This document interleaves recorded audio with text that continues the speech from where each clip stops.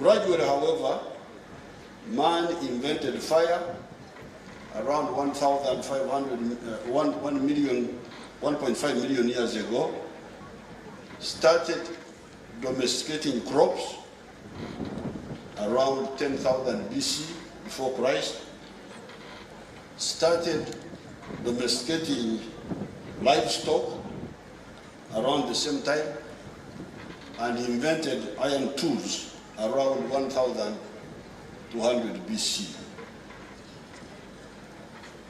Nevertheless, even with these advances, man continued to rely on human muscle and the muscle of beasts. Human muscle involved the use of the hand hoe, blacksmithing, what we call in our language, abawesi, carpentry, clay work, etc. And beast muscle involved the use of donkeys, camels, and horses.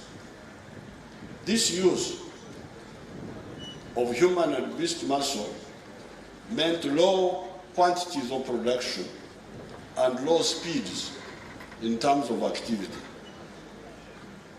However, in the year 1438, Johannes Gutenberg invented the printing press. In the year 1698, Thomas Savery invented the steam engine for pumping water, and in the year 1823, George Stephenson converted the steam engine to the task of pulling railway engines. This constituted the first industrial revolution. Since that time, portions of humanity have been through the second and the third industrial revolutions.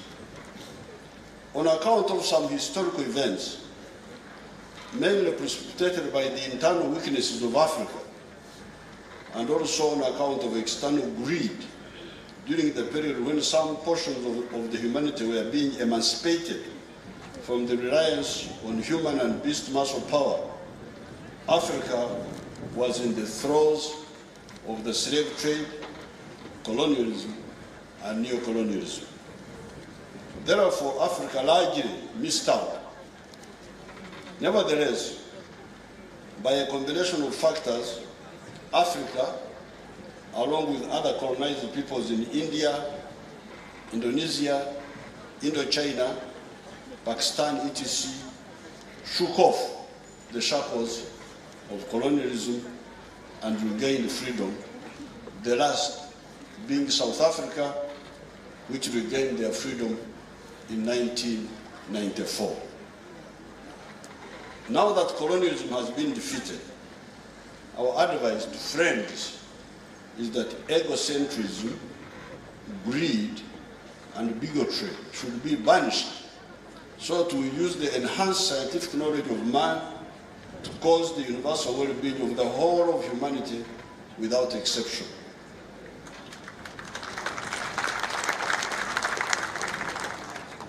Unfortunately, greed continues to obstruct the mutually beneficial interaction within the different portions of the human race and to block the optimum use of scientific knowledge for the universal benefit of man as a whole.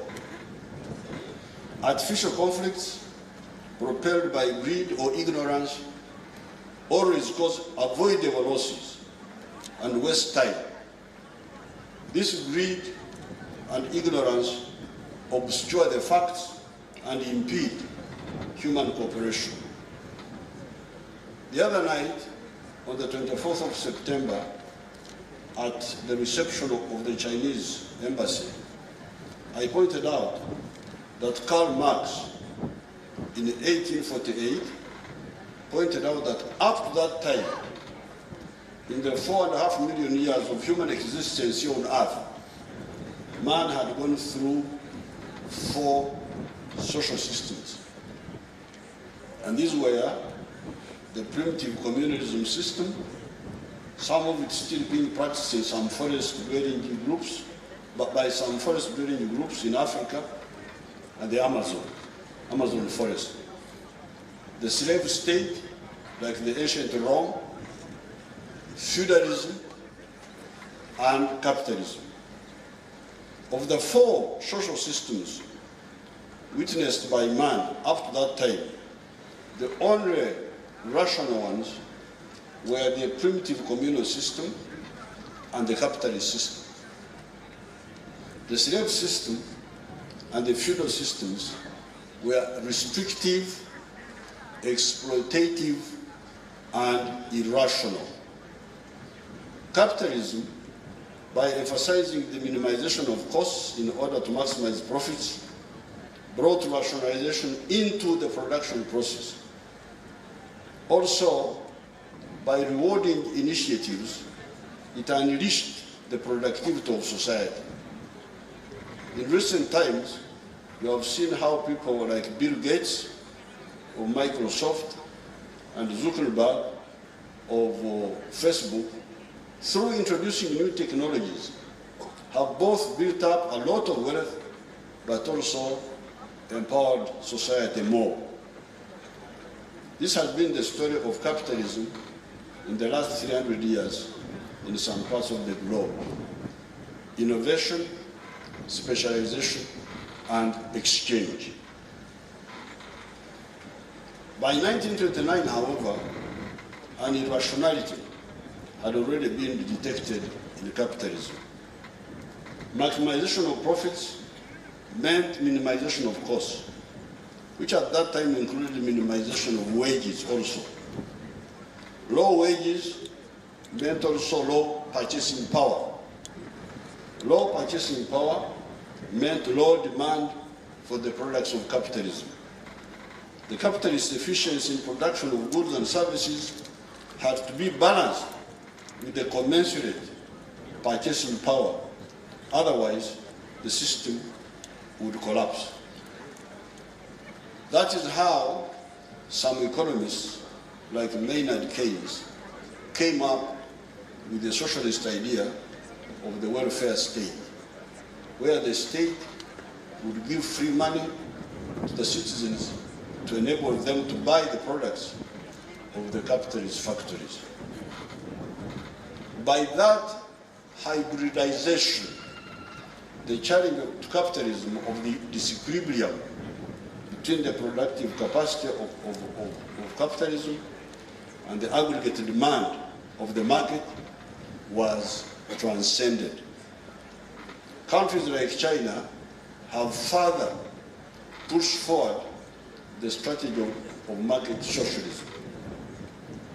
As a consequence of this hybridization, the world has seen greater prosperity than in 1929, when capitalism faced the challenge of the disequilibrium between production and consumption. I am quoting this example so as to advise members of the Commonwealth using one of our proverbs. It says, "Oyorazona tomanyera hije." The translation is, when the dog puppies are young, you should feed all of them equally, because you don't know which one will be a better hunter when they grow up.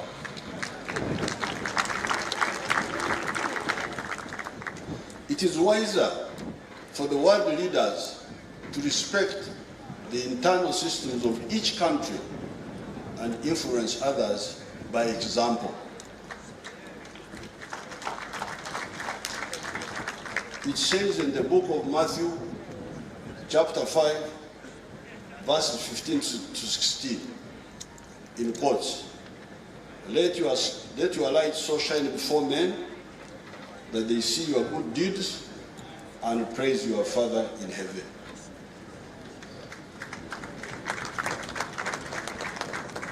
If our practices are correct, they will thrive and spread. If they are wrong, they will collapse. It is not necessary to generate crisis on account of differences in ideology. Let there be peaceful competition among different ideas. The right one will emerge. When Karl Marx wrote his Communist Manifesto in 1848, there was not a single socialist country in the world. However, he pointed out that, in quotes, socialism was in the womb of capitalism. In 1917, a socialist communist revolution took place in the Soviet Union. In 1949, in China. In 1959, in Cuba.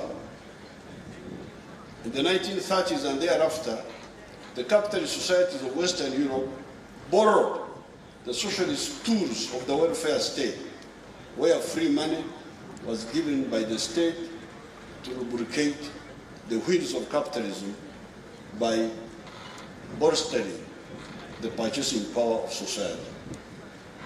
As members of the Commonwealth, we all share the principles of democracy according to the principles of the Harare Declaration on Democracy of October 1991. Nevertheless, the forms of democracy, as the Secretary General was saying, the Acting Secretary General was saying, are also different, although the substance must be the same. One person, one vote by secret ballot at regular intervals. Those are the principles of the Commonwealth. How then should the Commonwealth members deal with other countries that are not members of the Commonwealth and who may have different social and political systems? Communist, Islamicist. How should we deal with those? My advice is what I have already said above. Let our light so shine before men that they see our good deeds and praise our Father who is in heaven. We should not create crises in attempts to coerce those people that have different ideas to be like us. The Berlin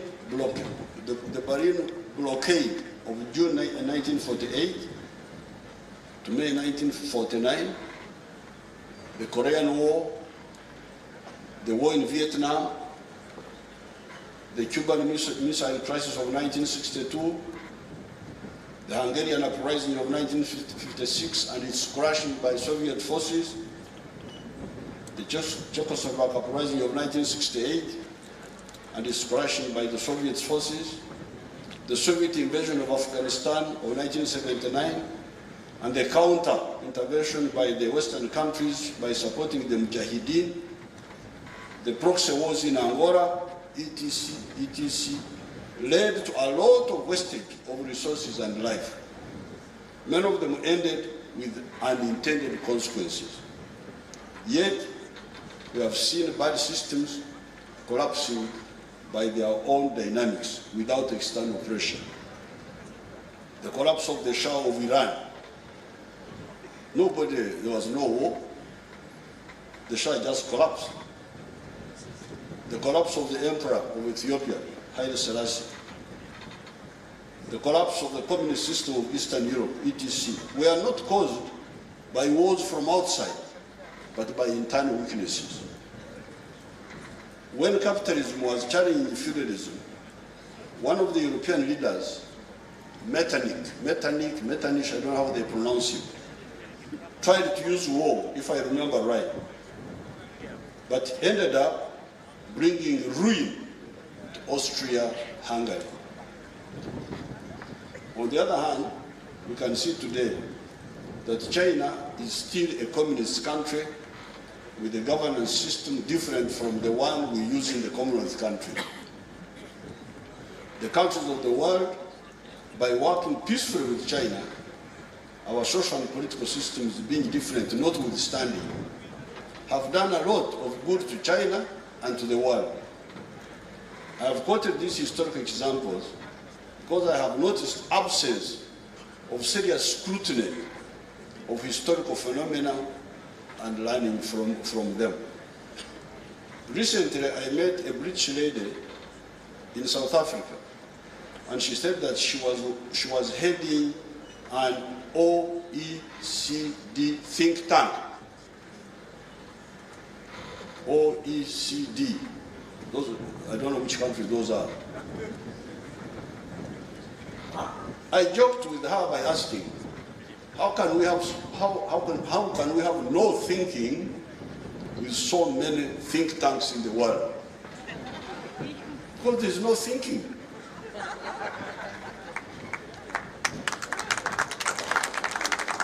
And yet the think tanks are many. I invited her to come to Uganda and see whether we can jointly attempt to think.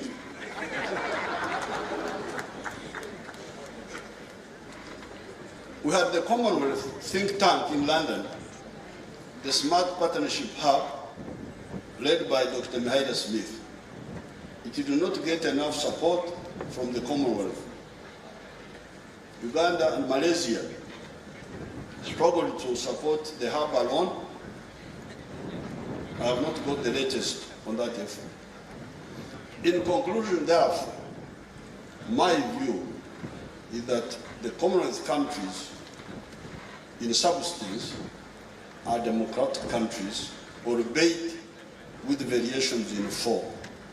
And this is a great achievement. Secondly, the Commonwealth countries could use their numbers, because we are many, 2.5 billion. That's almost 1/3 of humanity. That's almost 1/3 of humanity. Could use their numbers, and of course the Ugandans are contributing to that numbers very, very aggressively.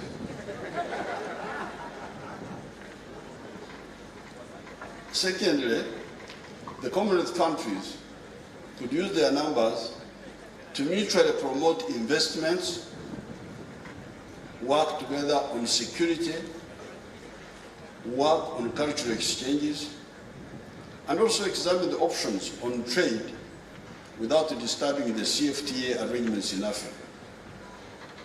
Thirdly, peacefully work with all countries of the world, irrespective of their internal social systems, for the mutual advantage and on the basis of respecting the sovereignty of each country. Fourthly, promote the spread of the benefits of scientific innovation, because, like in all ages, the advances in science and technology have always been the primers of change in society for good or for evil. But this time, insisting that those advances in science and technology are only for good and never for evil.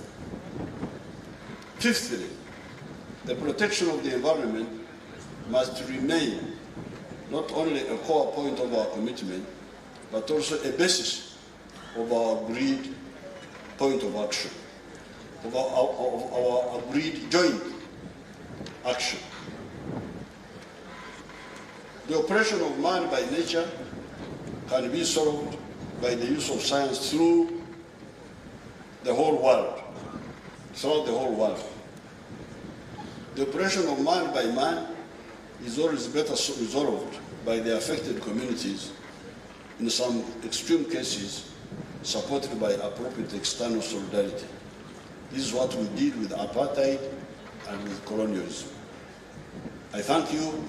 It is now my honor to open the conference and to wish you fruitful deliberation. Thank you.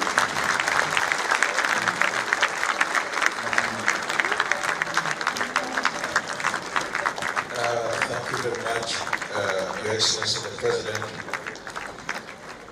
Indeed, it's been a very powerful address.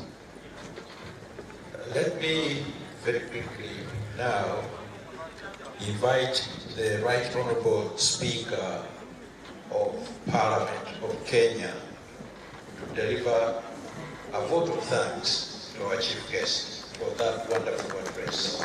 The Right Honorable.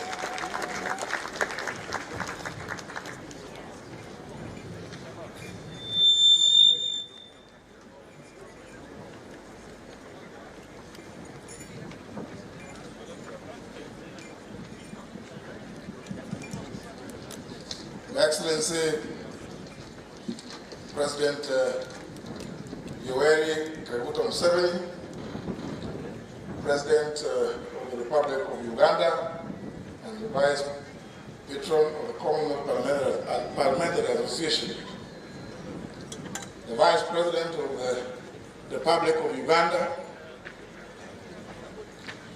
the President of the Commonwealth Parliamentary Association, designate the Right Honorable Rebecca Alitola-Kadaga, the Chairperson of the Commonwealth Parliamentary Association Executive Committee, Right Honorable Emilia Mojoa-Lifaka, fellow speakers here present, the newly elected Chairperson of the Commonwealth Women Parliamentarians, the Honorable Shadana Khan from Pakistan,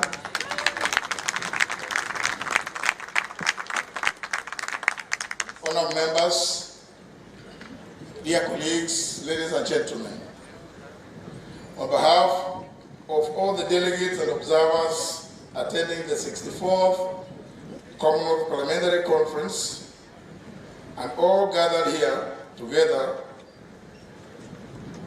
and indeed on my own behalf, I extend a very hearty vote of thanks to His Excellency, President Yoweri Kaguta Museveni, for indeed, among others, availing time from your busy schedule to come and share with us your great experience and insights on the involvement, not just of the Commonwealth Parliamentary Association and the Commonwealth indeed in general, but also of mankind. Congratulations, Your Excellency. I would also wish to express profound gratitude to the Speaker of the Parliament of Uganda, the Right Honorable Rebecca Alitola-Kadaga, for hosting this conference. I'm particularly impressed by the warm hospitality already extended to us from the day we arrived and throughout our stay here in Uganda. And I must say, from a personal note to Your Excellency, this has been quite different from my earlier experiences. Like I was telling the Honorable Kadaga, when I used to sneak in here from Bungoma, when I was a young magistrate, to come and enjoy the fruits from the Pearl of Africa, many years ago. But of course, Your Excellency, that is many years according to me. What you said is current affairs. I thank the Right Honorable Kadaga and her team, indeed the Secretariat of the Parliament of Uganda, many of my good friends who have worked tirelessly to ensure that everything goes on smoothly. I extend thanks also to the Secretariat of the CPA in London for availing logistical assistance to the host branch. But Your Excellency, I cannot fail to recognize the fact that all this would not have been possible without the support of your government and of the very hospitable people of Uganda.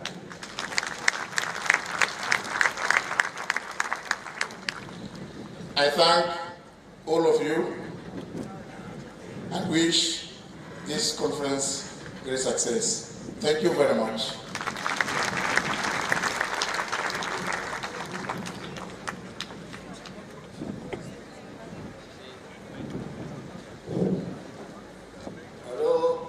I forgot to thank the organizers for finally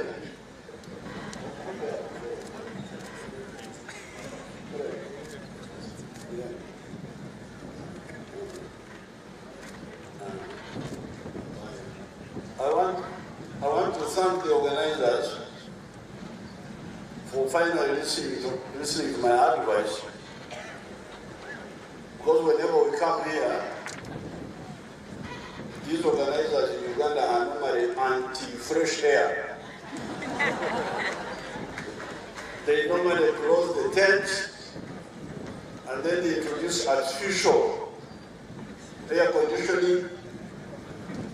And when I come, I quarrel, but now they have done it the right way by opening the flaps and the breeze coming in from the lake. I really thank you now. Finally, you have done it right.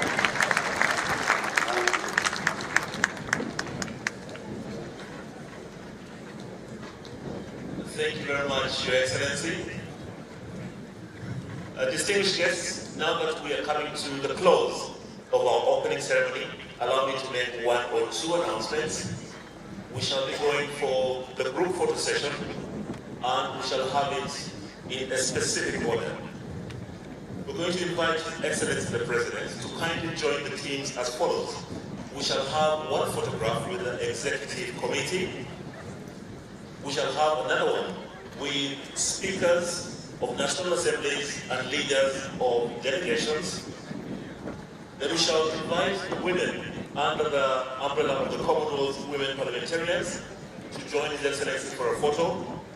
And then we shall have the regional groupings in this order: India, Southeast Asia, Asia, Canada, CAA, Caribbean, American, and Atlantic, BIM, British Islands and Mediterranean, Australia, Pacific, and Africa. Secondly, I wish to give you two reminders. One, for the state dinner tomorrow. His Excellency has graciously allowed that guests will come to State House and have dinner with him. So we shall ask the protocol officers to give you more detail so that you can attend that dinner tomorrow in a specific order. Now, the Right Honorable Speaker has also invited all delegates to dinner tonight. Transport is going to be from your respective hotels at 7 p.m. Transport from Munyonyo to your respective hotels is going to be 1 hour after lunch begins to allow you to go and freshen up and then come for dinner at 7 p.m. After that, allow me now to thank you for your kind attention and ask that we follow the order for the group photos. So, Excellency, we would like to invite you to come and join us for the photos near the lakeside. Could we start with the Executive Committee members? Could you please come and join us for the group photo?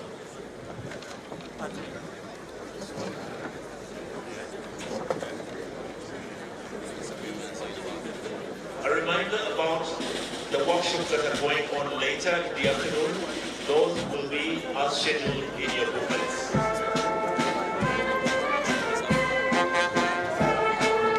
Given us the Executive Committee form photos, can I ask the speakers and leaders of the nation to be prepared for the next photo? Can I ask the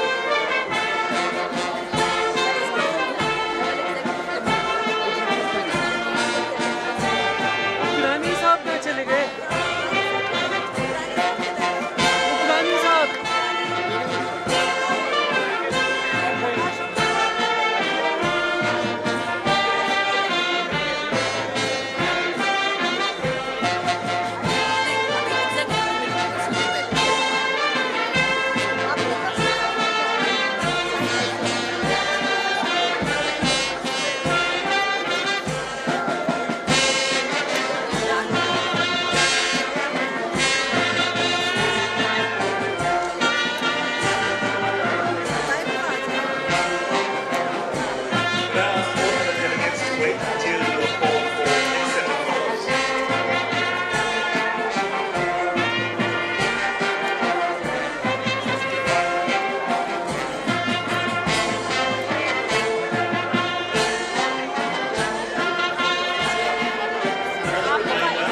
Distinguished guests, immediately after this function, we shall continue to tent and just into the lane for a buffet lunch.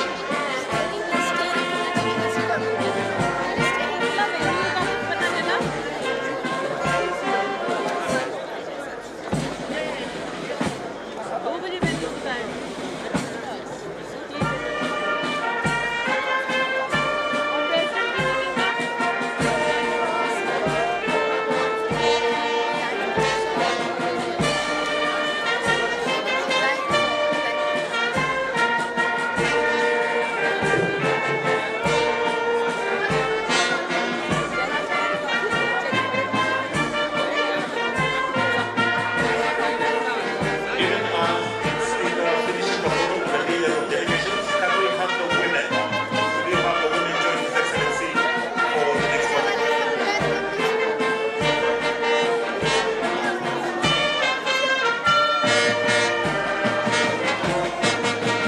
We ask that as they finish this set of photos, delegates will exit the platform to allow the next group to take a photo with His Excellency.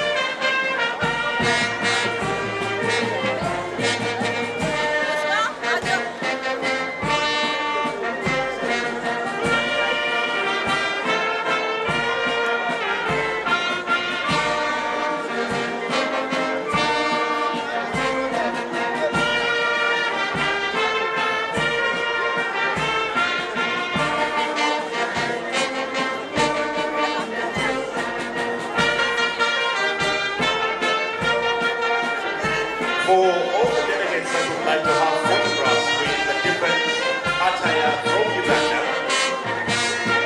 next to the stage where the official portraits are taking place, we have got a photo booth.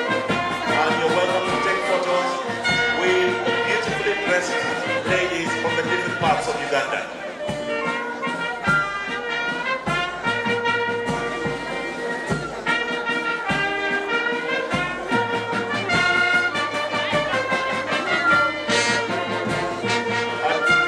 Distinguished guests, we remind you that immediately after the group photo, we shall convert in the tent adjacent to the lake for a buffet luncheon.